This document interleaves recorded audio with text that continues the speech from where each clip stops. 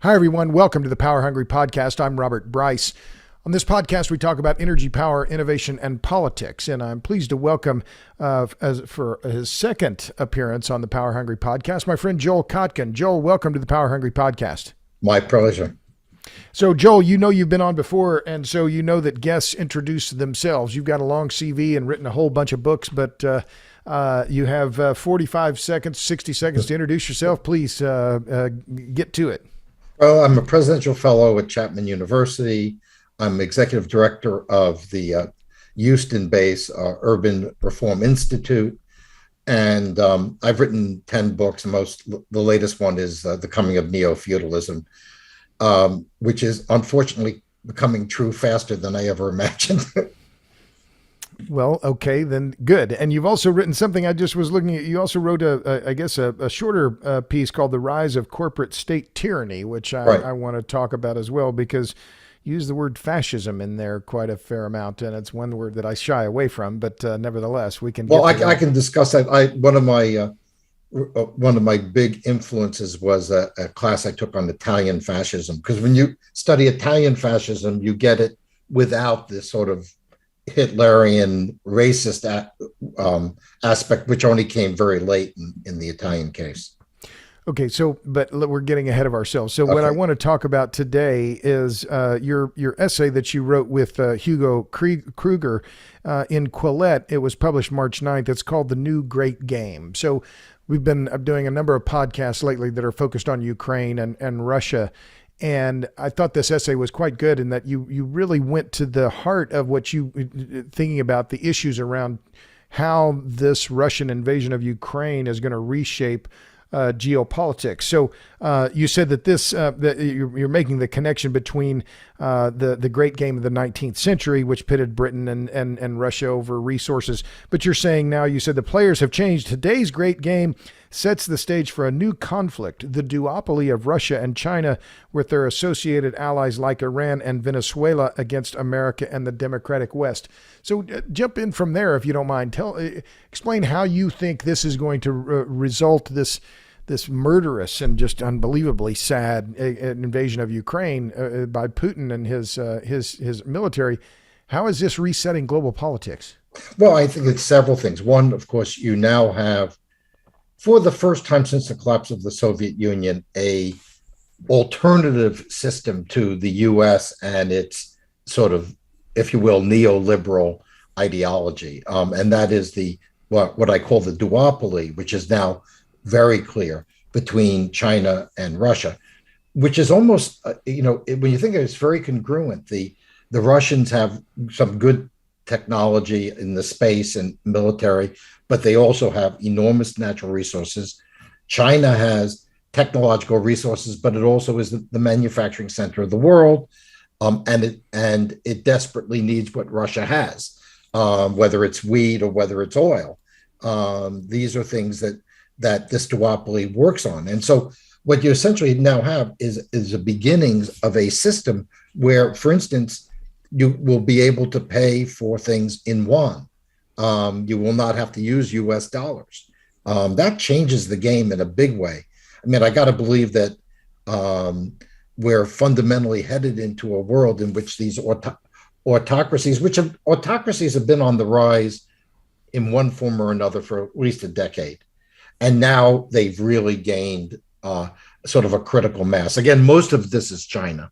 Russia is kind of the out of control sidekick, sort of. So the U.S. There was a lot made of the Jake Sullivan from the Biden administration meeting with his counterpart in, I guess it was in Rome, I think last week, talking about China and Russia. Is it futile to think that the U.S. or that China is going to somehow rebuke Russia at this point, given where China's heavy reliance on the Russians for oil and gas and other commodities that you were talking about? No, I don't see any reason why they would, as long as the U.S. is systematically destroying its own economy and is allowing the Chinese with coal-powered processes to drive our companies out. And let's face it, the corporate world is a big culprit here too. Not only did they buy the idea that you didn't have to be self-sufficient in any essential thing, but also they now with the ESG standards of the investment banks, you can't even invest in oil and gas, or it's becoming very difficult. I mean, oil and gas in the United States is well on its way to becoming tobacco. Except that we sort of need oil and gas, and we'd probably be better off without tobacco. And at the same time, this is going to affect everything. It's going to affect our manufacturing. It's going to affect agriculture. Agriculture is another industry in America that I think is in great danger right now. High energy prices are a problem. Fertilizer prices are putting a crimp in production. People aren't, or if they can find it. I mean, these are all together. Well, let me follow up on the ESG issue, because you make a point of that in your piece in Quillette. Again, it's called The New Great Game. It was you co-authored it with Hugo Kruger. It came out March 9th. But you made a good point here that, and it's one that I still find just stupefying. You said that this, the U.S. now is looking to the global market for more oil, and has forced the Biden administration to beg autocracies in Saudi Arabia and UAE and even Venezuela to bail out America's angry motorists. This is the part that to me is just truly incredible, that the U.S. would go to the narco, Maduro, controlling Venezuela, and to the Iranians, to Hezbollah, right, who was responsible for the bombing of the Marine barracks in Beirut in 1982, the largest loss of marine life of U.S. Marines in a single day since Iwo Jima. And we're going back to these characters to ask them to produce more oil because we're not producing. I mean, it's just, I haven't written anything about this, but I've been scratching my head so much I'm losing my hair here about what is going on. Well, we've seen this in California. To understand, if you want the Biden administration, you have to understand California, because, basically it's a kind of brainless administration, and whatever ideas that are going to be there, they're going to be very much the ideas we had in California. So in California, where we have some of the richest oil fields and gas fields in the country, whereas Governor Newsom is essentially just basically told them, you guys are dead. We're going to kill you. You won't exist. Meanwhile, we're importing oil from Saudi Arabia, and we were importing it from Russia. So my sense of it is what the Greens really want to do is not so much reduce emissions, because those emissions just happen somewhere else. It's to fundamentally destroy the energy industry as a economic and political player in America. That's really what it's all about. Why? And explore that for me, because I get the similar sense. I mean, this idea of, decarbonization, and we're going to electrify everything, and we won't need any oil and gas. We're going to electrify all of transportation. What's the end game there? Because I think you're onto something in that regard, because this has been a decades-long campaign. And now with the Biden administration in power, and you mentioned California, well, Kamala Harris is from Berkeley. She's second in command. But why do these activist groups want to destroy the oil and gas industry? Well, I think there are a lot of things. I think they've been demonizing them forever. The oil and gas industry, which, by the way, used to support moderate Democrats, including Bill Clinton, has sort of an interactive process. You keep attacking them. They think their only friends are on the right, so the left hates them. They're the only potential source of opposition, big corporate opposition to the current regime. What I think they're trying to do here in California, because I've seen it, is if you destroy manufacturing and you destroy the energy industry, you destroy agriculture, those inputs into the political process have been wiped out. And so all you're left with are sort of the clerisy and the tech oligarchs, and they get to do whatever they want. And they don't fundamentally care. I just want to, the clerisy. You use that word a lot, and we talked about it the last time you were on the podcast. What do you mean by clerisy, please? Academia, media, cultural providers, they play the role in modern society that the church played during the Middle Ages. What can you say? What can't you say? What are the limits of inquiry? What are the assumptions that everyone puts? Like in medieval times, it was assumed God existed, and when bad things happened, it was being paid. You're being paid back for sin. That's Today, what we have is everything is related to climate change, and when bad things happen, it's clearly the verdict of nature, who has become the new divinity, and so we see a very similar sort of process, and we see it and because we're living too well, we have sinned, and we're going to pay. exactly. Right? This is the parallel between the kind of biblical view of sin and falling from grace in the garden, and that now we've messed up and we're going to pay for it, right? And of course, the people who are most active on this are people who won't be affected by this at all.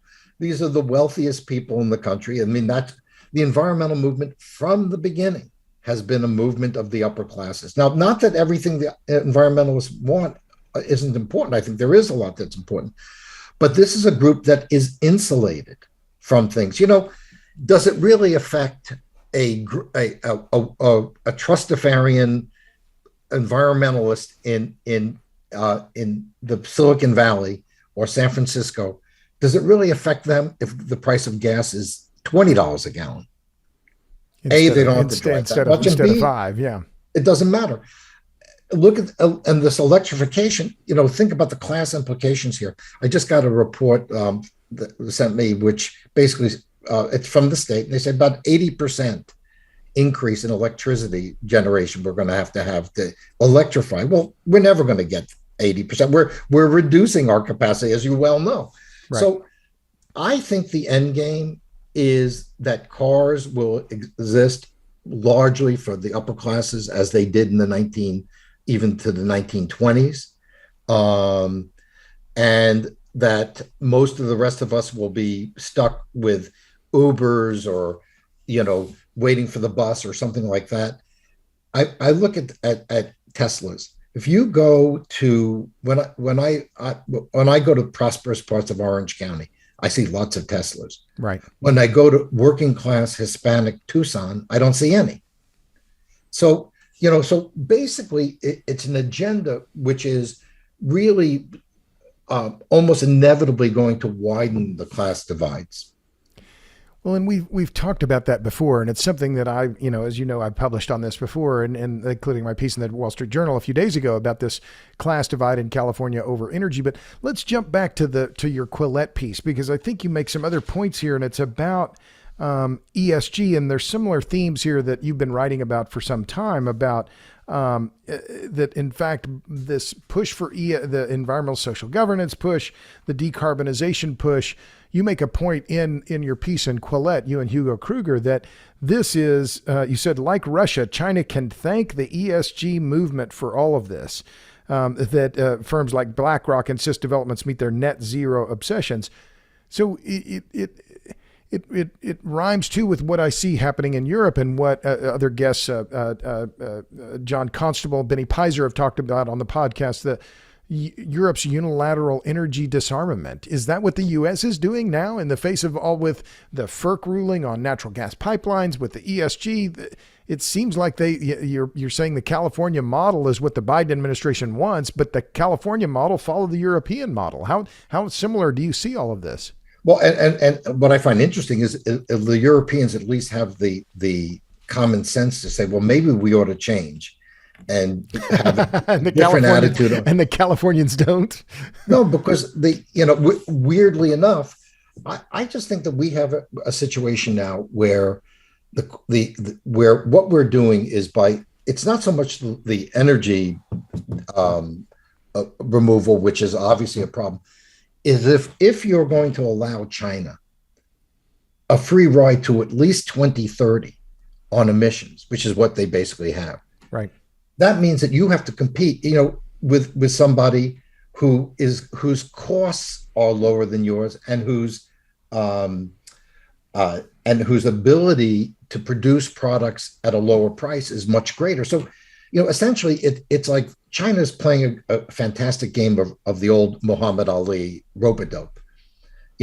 We keep swinging at them, they keep backing off, and then at the end of the day, by 2030, most of Europe and the United States will be primarily places for Chinese people to spend their vacations. I mean, that's sort of where we're headed, we're headed into being or like the UK. UK doesn't produce much of anything anymore except for movies, some media and finance. Right. Well, what does go to the north of England and tell me how good that is. Just like if you go to the Midwest, or even if you go to parts of Europe, or like Lille, and where essentially the elites have abandoned the industrial economy almost completely, and they've left these communities in terrible shape. I don't know what's so enlightened about that policy. It sort of escapes me.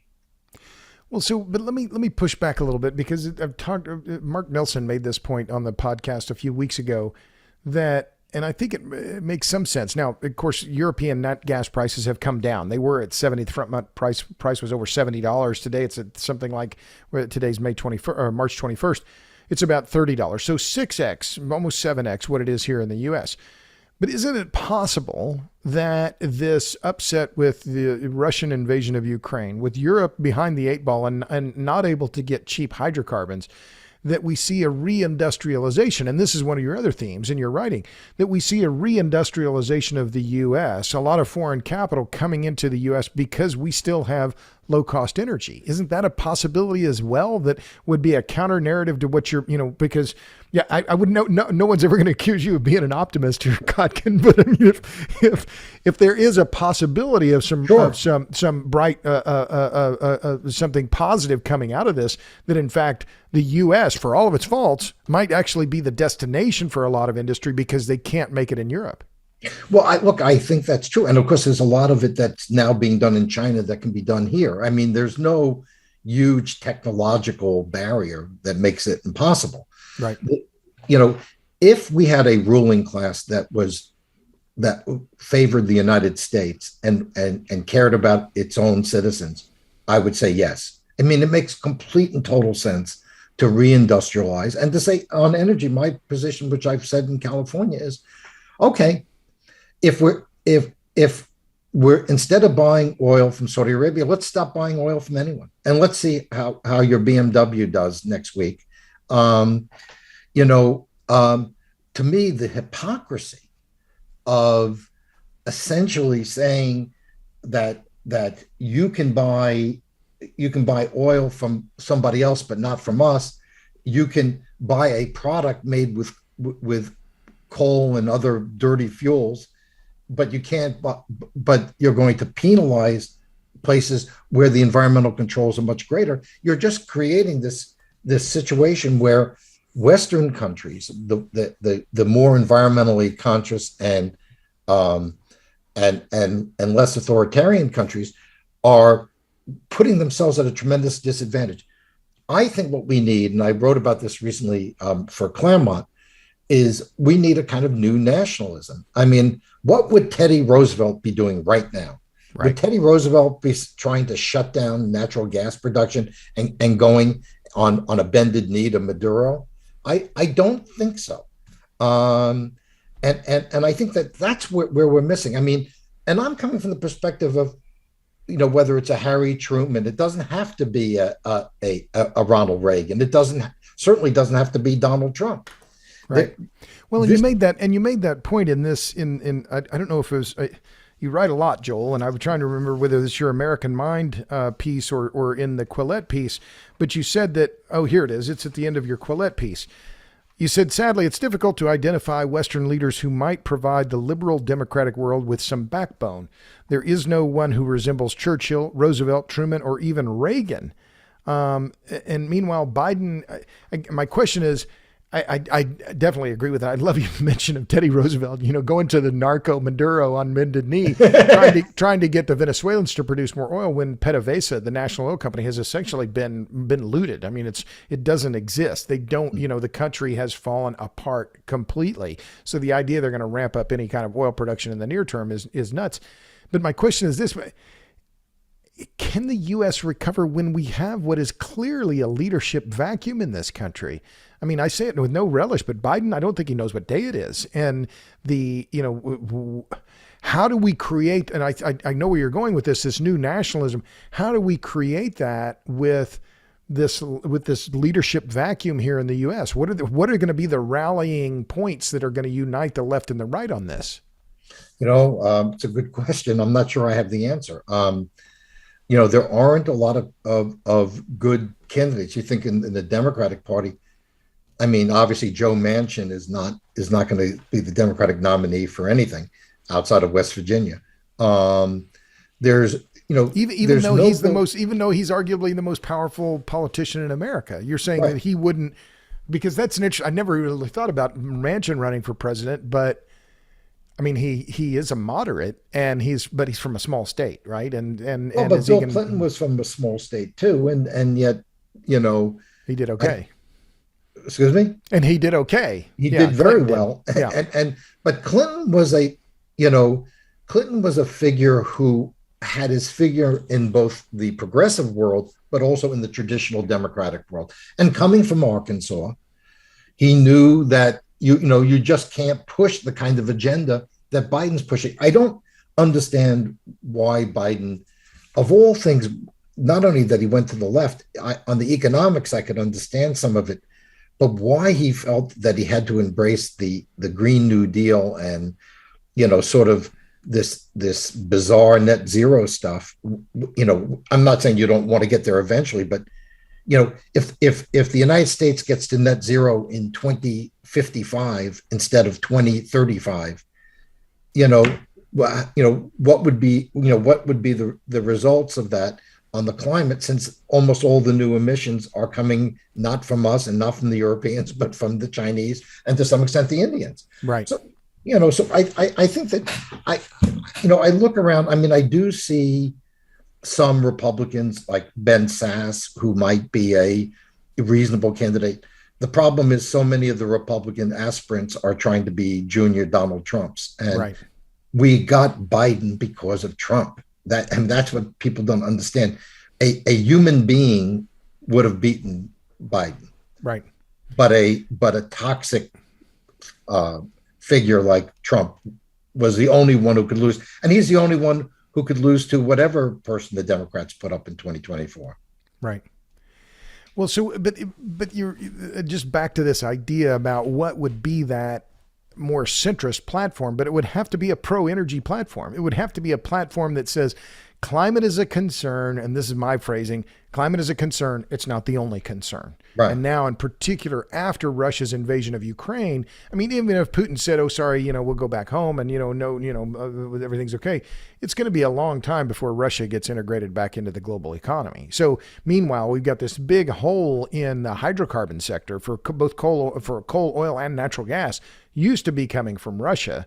But I mean, is that potential, I'll get to the question here, is that potential, the coalition around working people and the middle class, and that it inevitably evolves around energy and low cost energy instead of this insane, all renewable, no nuclear push? That is that a possible winning strategy, pro-nuclear, pro-hydrocarbons, pro-America, pro-industrial policy? All the poll data I've seen shows about 80% of Americans would back that agenda.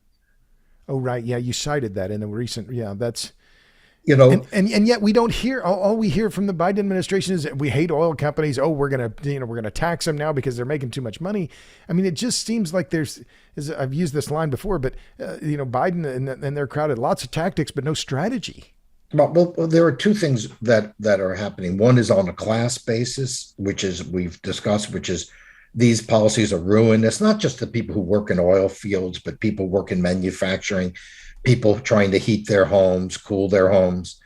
All those people are hit. So it's that. But there's also a somewhat parallel geography. You're basically saying the whole middle of the country, we don't care what happens to you. What one of these days somebody's going to think about the fact that when we force everyone to go electric, the number of jobs we're going to lose in the Midwest, because essentially you have a computer assembled in China and a battery made in China, put into a metal frame. And you make that point in Quillette, or one of the American Mind piece, that China now produces 4 times as many batteries as the U.S. Right. I mean, the Chinese are playing a brilliant game. They're using fossil fuels to supercharge their economy and stay very competitive, and they're developing what they believe will be this substitute, which will be largely nuclear, and we'll probably have some wind, some solar, and they're not going to get rid of all their oil and gas. They just announced an increase of 300 million tons per year of coal mining. So they're right. aiming to be independent in coal consumption as well. So basically, what's happening is we're being played, and our leaders, corporate and political, are part of it. And now with the corporate people like Tim Cook and the ESG people, at least all right, they're making a lot of money, and this arrangement works fine for them. Because all of Apple's supply chains are in China. Right, exactly. And moving the supply chain out of China would probably be very difficult for them. The ESG guys, they're trying to find where is there a large market of people who are in the middle class, and where has it grown in the last 50 years? China is the key place. What I think is happening is they are empowered by this arrangement, but the average American is much worse off. And this is exactly, by the way, what we see in California, which is we have created the greatest rise of wealth and numbers of billionaires ever seen in probably anywhere in the world. Maybe China is the only place I could think would compete with it.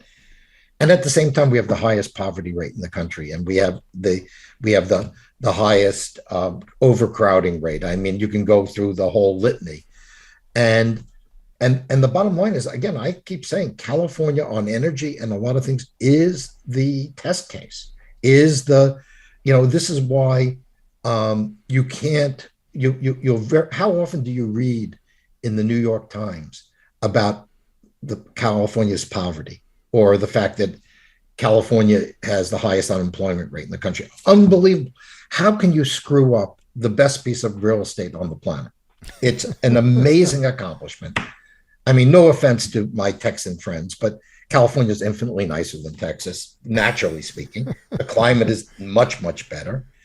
And up until recently, we were the most creative economy probably anywhere in the world, and we're systematically destroying it. And what's left is a society in which a small group of people who can drive a $50,000 Tesla with no problem, and drive in the HOV lane for right. doing so. Yeah. And I mean, because now I think the lowest end Tesla is 50,000. Right. I mean, you can buy a Benz for that. Easily buy a Benz for that. Right. So what I see is this growing divide, and nobody is addressing it. And frankly, the only people who are really talking about it at all are not necessarily the most savory people. Some of the Trumpista Republicans at least talk about this, but the libertarians are as bad as the progressives when it comes to these issues. Libertarians, anything that makes money is good, no matter what, and no matter how it's distributed. And the progressives live in a complete fantasy land where solar panels can power the entire economy. No matter that they're made with slave labor in China. Let's ignore that for the moment, right? We'll just put that on the side. I mean, the hypocrisy here is so staggering, and it reminds me of early 20th century the UK. Martin Wiener wrote a very good book where he talks about the psychological deindustrialization of Great Britain, that the British elite stopped caring about manufacturing, stopped caring about actual competing with other countries, and just wanted to do the arts and finance and stay at the very high level, don't get their hands dirty. And that's what we have now. But it doesn't work. But it doesn't work for the middle class. So no. Well, let's jump back to California, because you also wrote a very good piece about California called "Tarnishing the Golden State." And there were some numbers in here, and I've written some about poverty in California as well. Although I live in Texas, but to me, California is just so interesting because I think you're right. I think it is the the state that has mimicked the European model the most closely, right? They overinvested in renewables, underinvested in hydrocarbons, shut down their baseload power plants, and relied on imports, just like the Europeans did with Russian gas. But you talk about the all of these problems in California with minorities leaving. You said in this new report that you did for Chapman University, you said, my co-authors and I found that African American and Latino Californians' real earnings ranked between 48th and 50th among the states. And here's the one that just is shocking. Blacks in California earn roughly the same or slightly less than do their counterparts in Mississippi. I mean, I read that and I think, well, wait a minute here. This is a staggering finding that Mississippi is viewed as the backwater. Well, wait a minute. If you compared on real earning power, real purchasing power, they're on par. I mean, this is an incredible finding. And this is about how much of this, here's the question, how much of this is just revolved around energy and housing in California? Energy and housing, you got it right there. That's it. That's where, and then there are lots of other and unintended consequences. Housing's very expensive. So, and the state has decided that people don't want single family houses, even though the vast majority of people do. So if you want a single family house, and this is particularly true for minorities, they have to move to the outer reaches. Right. You know, they could have a job in Oakland. Like I remember actually last time I was up in Berkeley, the guy picking me up at the airport lived 45 minutes to an hour away from Oakland. Right. I mean, they have to move inland. That the housing prices are based. Jennifer Hernandez, our mutual friend who we both quite admire, has done some analysis on that the cost of housing drops for every mile you get further away from the beach, right? The further you are from the water, the cheaper the housing. So that means if you want to own a house, you got to live a long way inland and commute, but then they're getting hit with gasoline prices of over $6 a gallon now, right? I mean, these are another part of the regressive pie in California. But just imagine being a construction worker living in Riverside. You have to use your F-150 because that's where your tools are and all that. You're probably going to be spending, well, my wife just filled up the car. It was $80. I assume an F-150 would cost you more, be bigger than right. a much smaller car. So you're talking about somebody who's maybe a working class person making $1,000 a week that's doing pretty well. Yeah. Or maybe $2,000 a week, but they're now going to be spending $200-300 a week on gasoline. Yeah, and it's a mobility tax. That was one of the things that I've talked about this before, but that mobility, the social mobility, depends on actual personal mobility, right? You got to move around. You got to go where the work is, and yet by pricing out or by taxing that physical mobility, you tax or crimp their social mobility. Is that a fair way to put it? Yeah. And then the environmental effects are worse because then you've got all these supercommuters. The Bay Area has so many supercommuters now, people who are driving an hour or two each way. Which is an enormous amount of lost time in the car, right? And opportunity cost as well, no? And expended hydrocarbons at the same time. Right. I mean, we have this insane policy here where we're forcing density in cities like Los Angeles, and they'll all take transit. Well, they don't take transit. We spent $25 billion on a train system, and there are a few people riding it now than were riding the bus system in 1990, percentage wise. So I mean, what you're seeing is sort of ideas or ideological ideas that don't actually work in the real world. When I hear somebody say to me, solar and wind power is much cheaper now, and so we could build more of it, and therefore it would be cheaper. Well, I said, well, why is every country with the highest energy costs a country that has adopted this policy? Right.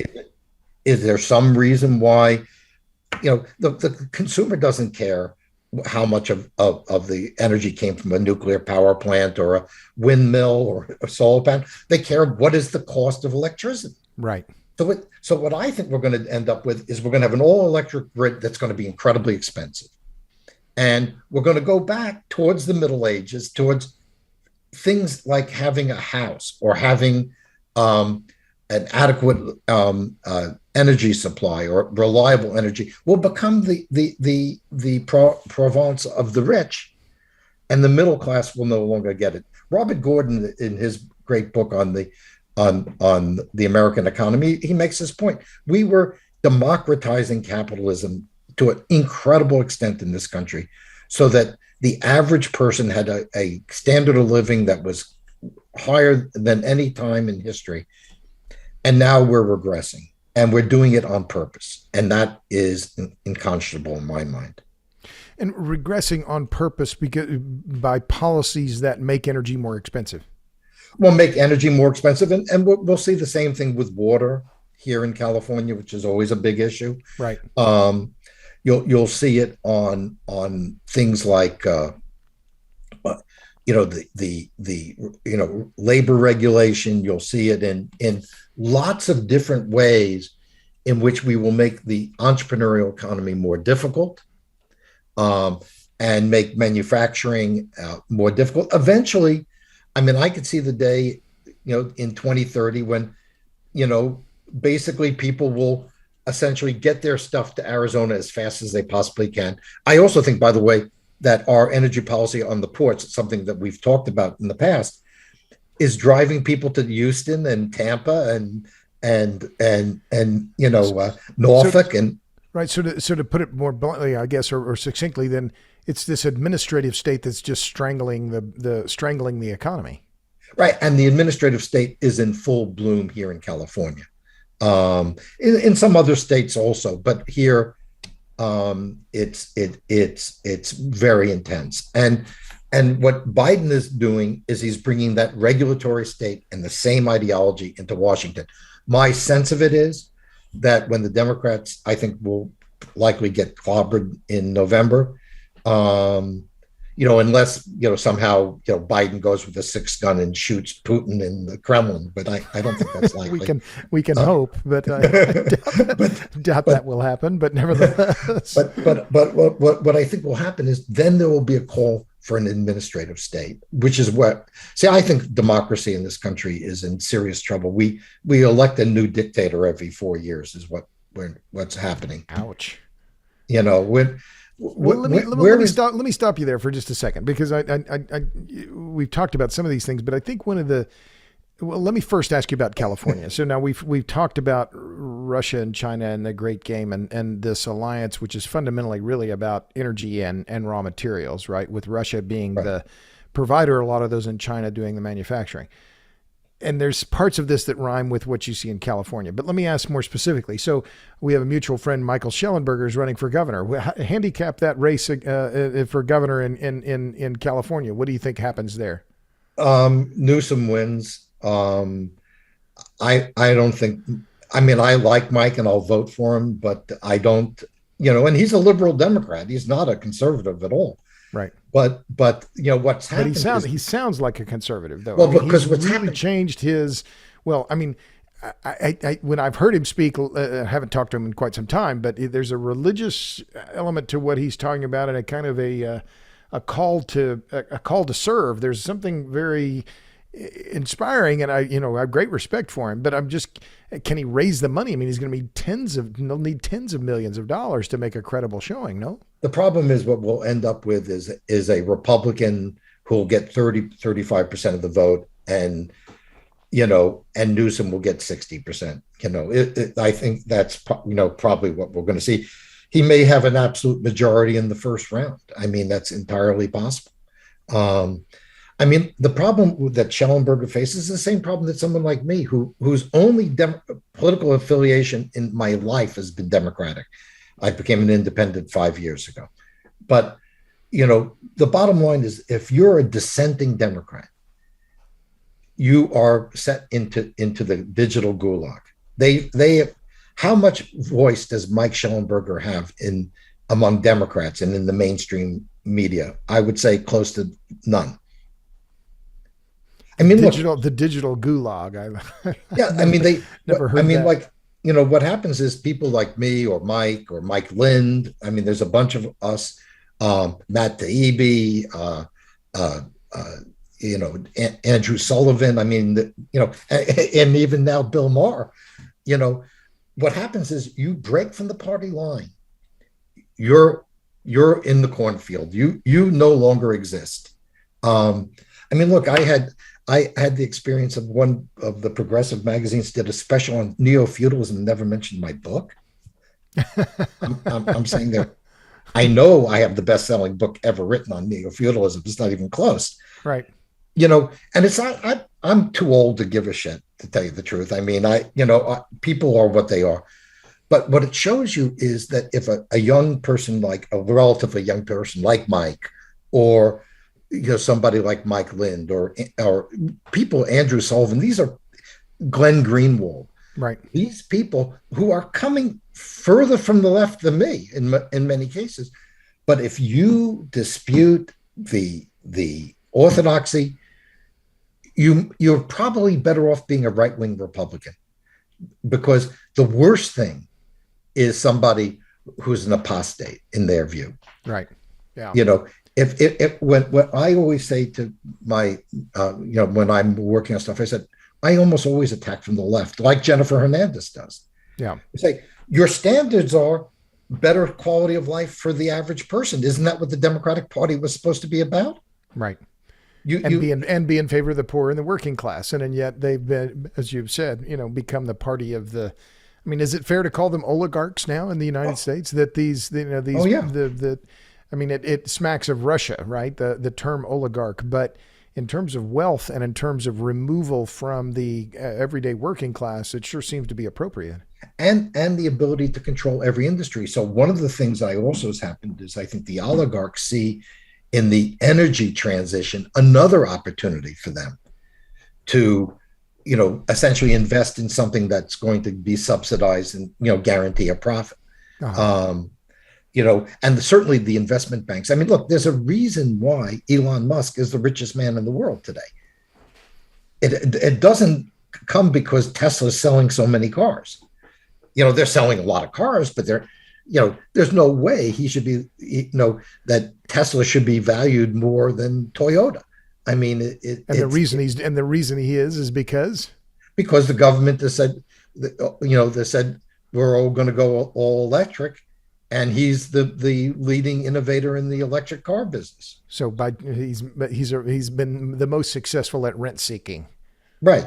I mean, look, I have more admiration for him than most of those guys because he actually makes things. Right. But I think the reality is that people are playing the game. They're playing they're learning. The other great game is taking advantage of the regulatory changes. Right. And using the administrative state to bolster your position. Right. I mean, most of these bills would never pass Congress.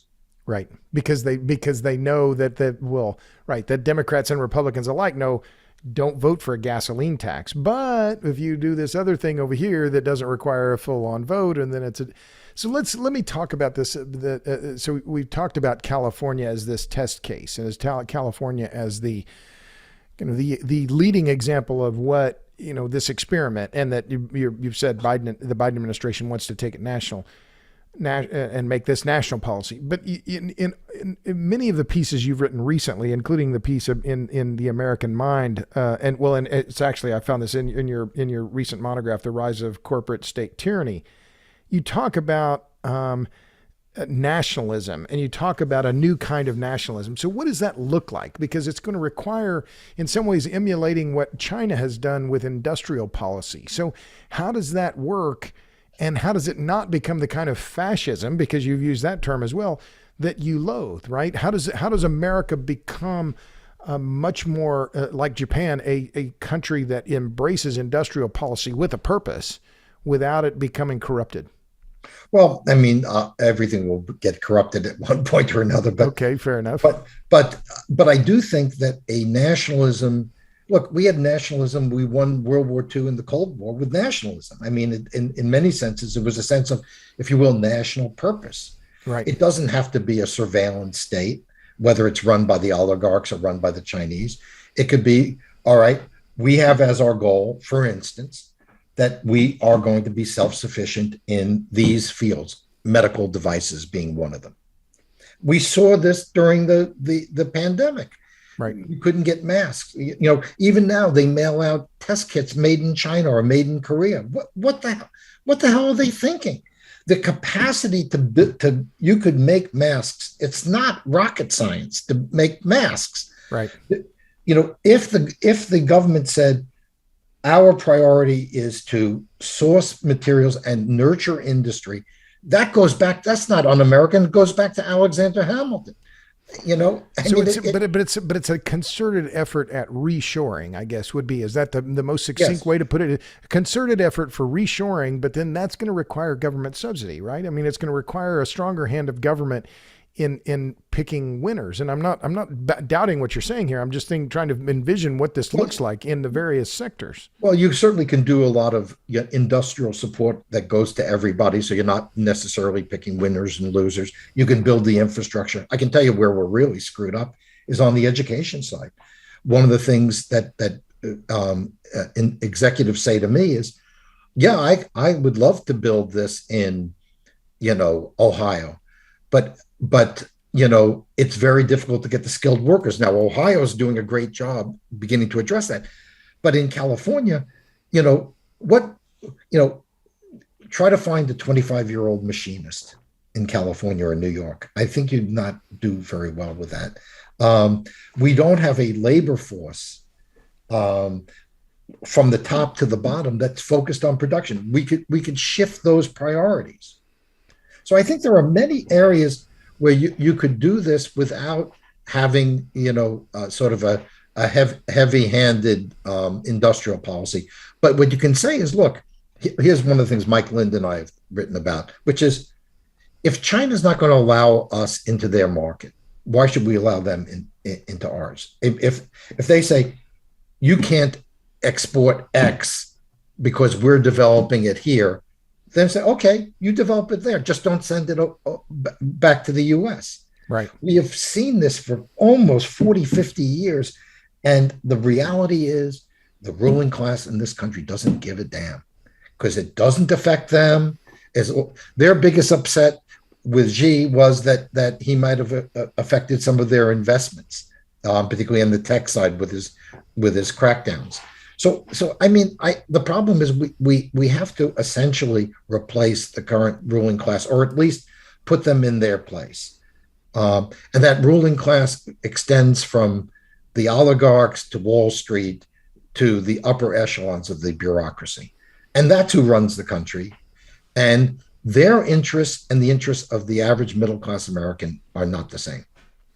So if I'm going to channel you then, and I'm making the perfect political candidate here, then it's going to be someone who's a populist, who's going to talk about the poor and the middle class, the working class, China, Russia, and do it in a way that says we need to rethink all of how we're thinking. We need to rethink all segments of our society, but particularly in education and industry. Is that exactly in education, industry, and energy, right? That those are the things we need to refocus here because we're getting our butts kicked. And I think that that's clearly the case. I mean, you mentioned in one of your articles about rare earth elements, which is something that I've been paying attention to for a long time. China controls something like 92% of all of the high strength magnet production in the world. And yet, we're just assuming, oh, well, they're going to be our friends and we're going to, all of our wind turbines and electric vehicles are going to run on those magnets. Well, don't be so sure. Or they'll run on them at a very high cost, or right. and the Chinese client will come first. I mean, we have to recognize that the neoliberal world, which produced some wonderful things and spread wealth around the world in a way never before seen. So, I mean, these are positive things, very positive things.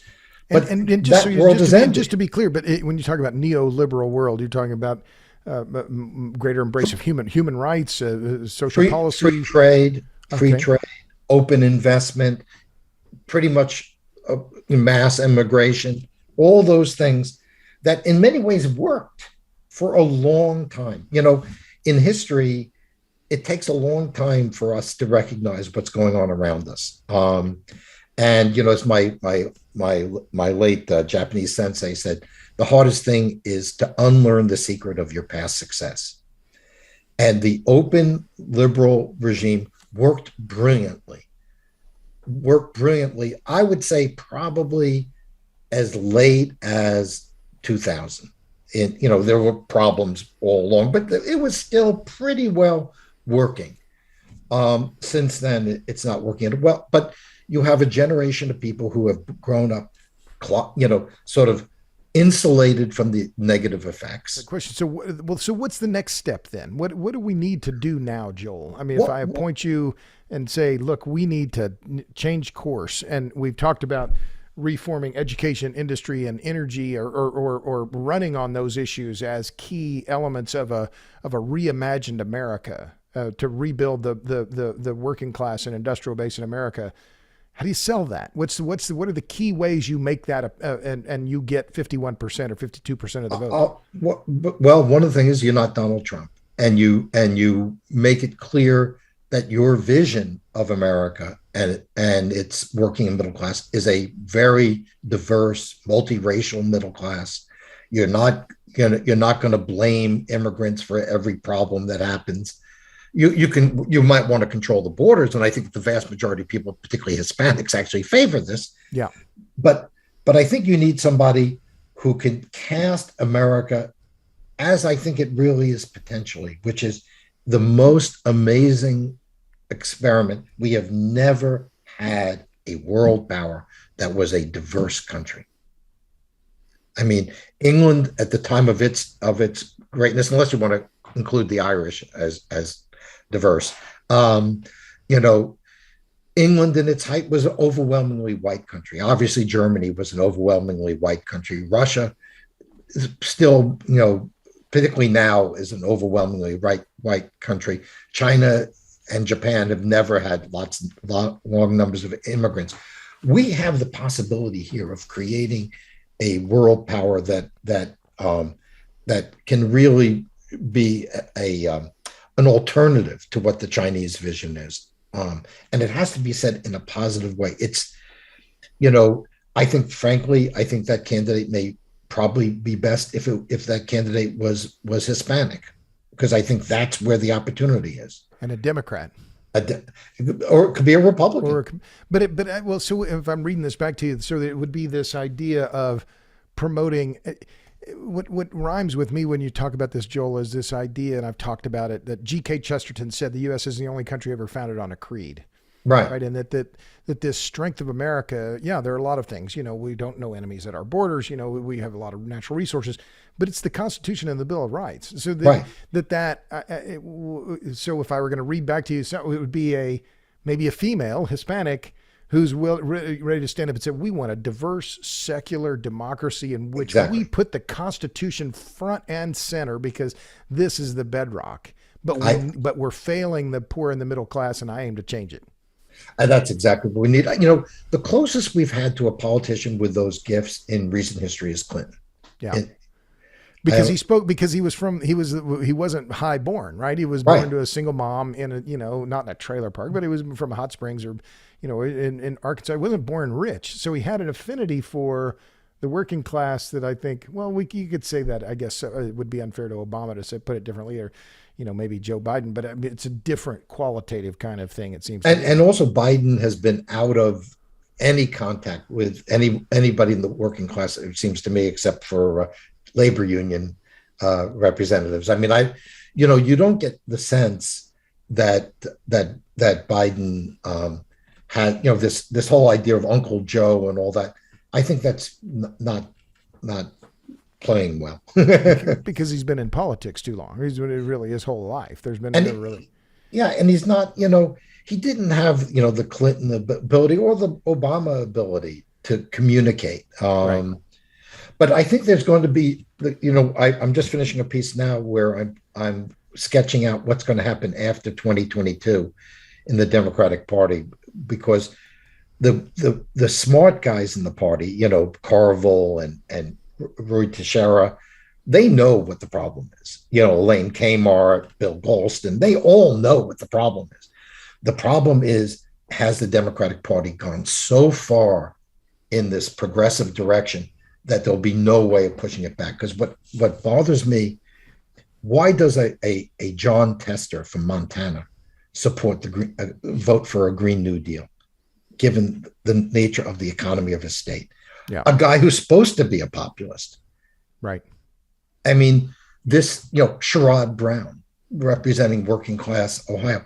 I think we underestimate the enormous financial and social power of the progressive elite and their ability to determine what is acceptable and what is not.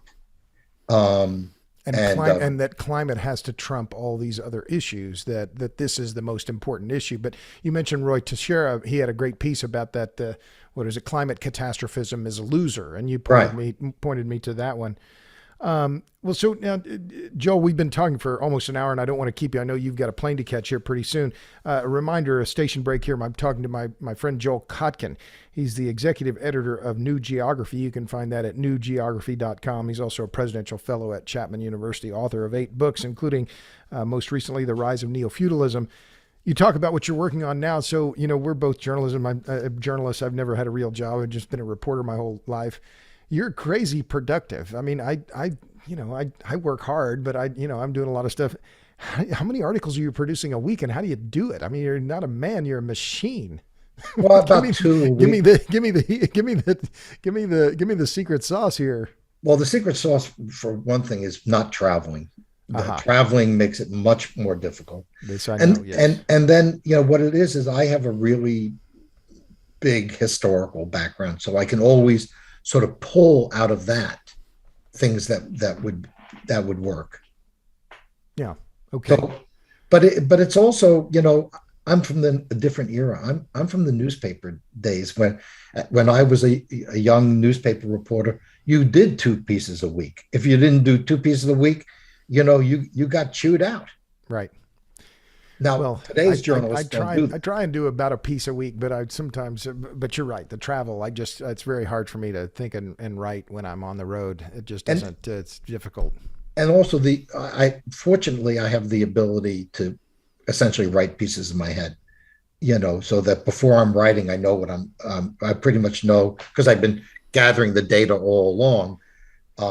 And also, I'm very fortunate to have some great collaborators, who, when I don't know something, they know better than me. Wendell Cox or Hugo Kruger, or the whole bunch of them that I've worked on Marshall Toplansky, different things. So I think that the key is being willing to say what you think and have enough outlets so that you'll find a market for it.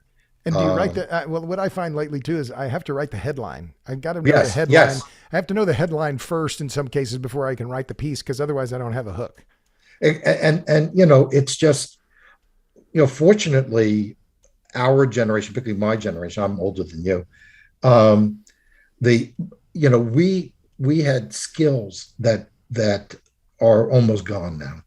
I mean, when I tell people that when I was working for the Washington Post, and we were out covering the Chowchilla school bus thing, which was this, where they buried a school bus full of kids.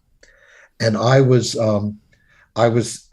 got a call in the morning, you're going to Chowchilla, wherever that is. I get in the car, I drive up there.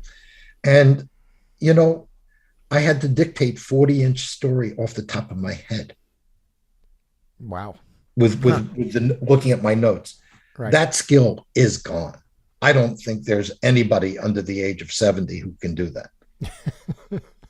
Well, I'm 61. You're not that much older than I am. How old are you? I'm 69. Oh, okay. Well, okay. So, Joel, thanks. You've been a great guest. Just 2 more questions. Sure. I always ask these. So you're sitting in front of a bunch of books over there. What are you reading now? What's on your bookshelf or on the top of your desk? What books are you reading these days?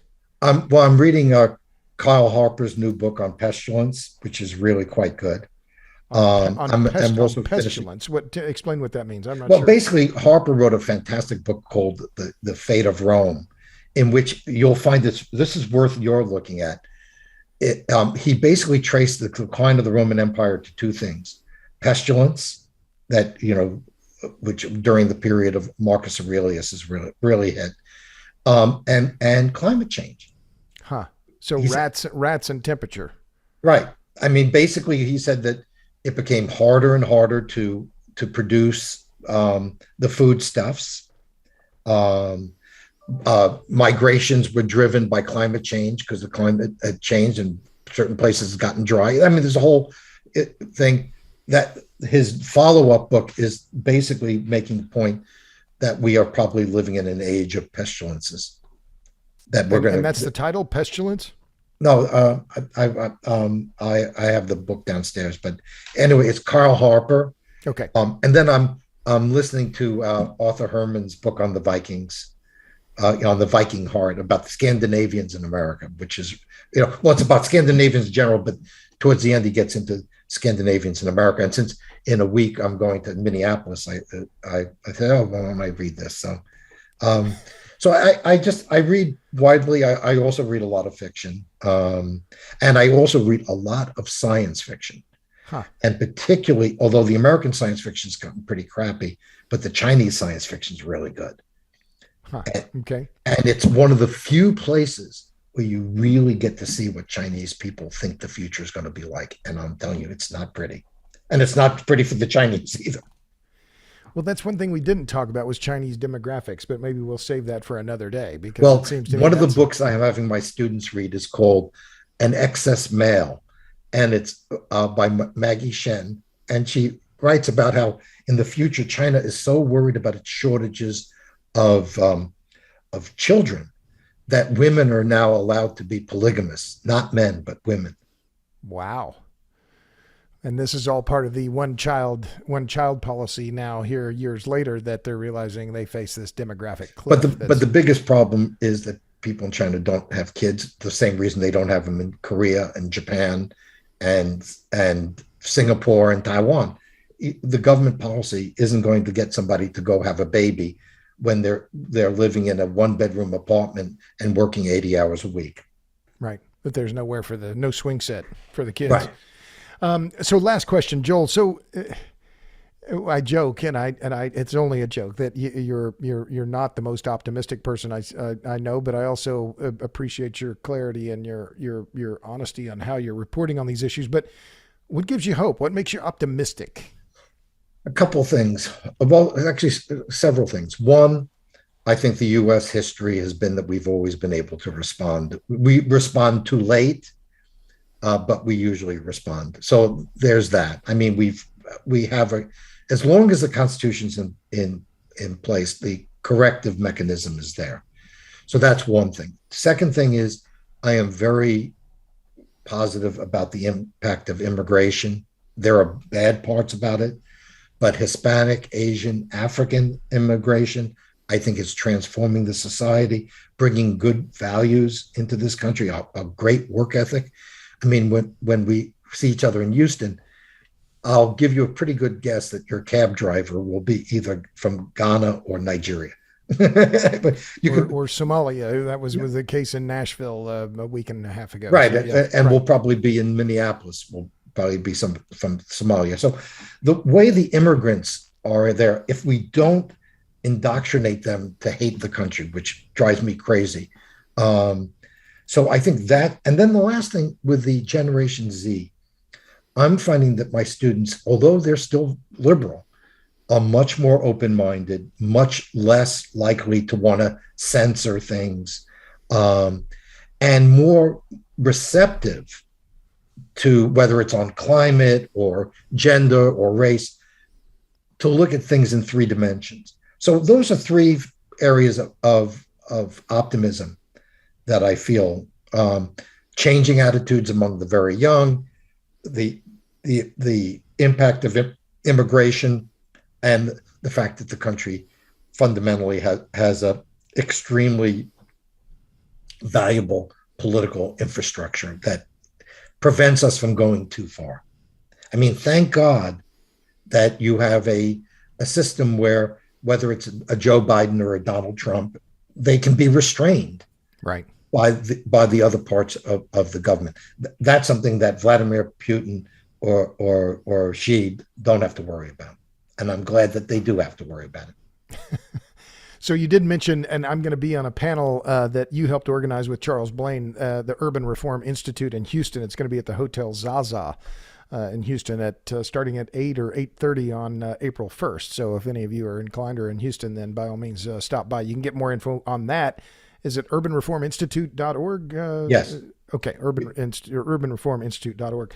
Well, Joel, it's been a great pleasure talking to you again. Again, you can look up Joel. He's at newgeography.com. He has a great new essay in Quillette with Hugo Kruger that came out March 9th called The New Great Game. And he has another one that came out just recently. I think it was in City Journal called Tarnishing the Golden State.